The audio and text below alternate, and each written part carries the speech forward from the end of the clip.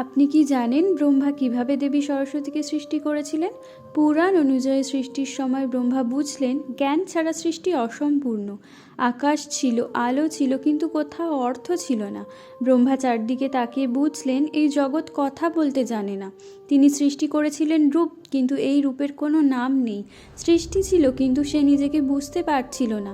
তখন ব্রহ্মা ধ্যানে বসলেন। গভীর চিন্তার মধ্যে তার মনে জন্ম নিল এক প্রশ্ন, এই সৃষ্টি নিজেকে প্রকাশ করবে কিভাবে? সেই প্রশ্ন থেকেই জন্ম নিল শব্দ, শব্দ থেকেই জন্ম নিল জ্ঞান। ব্রহ্মার মনন থেকে বেরিয়ে এলো এক শুভ্র আলো। সেই আলো ধীরে ধীরে রূপ নিল এক দেবীতে। হাতে বীণা, মুখে শান্ত হাসি, তিনি দেবী সরস্বতী। যেখানে তিনি পা রাখলেন সেখানে ভাষা জেগে উঠল, বাতাসে ছন্দ এলো, মানুষ শিখল ভাব প্রকাশ করতে। ব্রহ্মা তখন বুঝলেন এটাই তার সৃষ্টির আত্মা।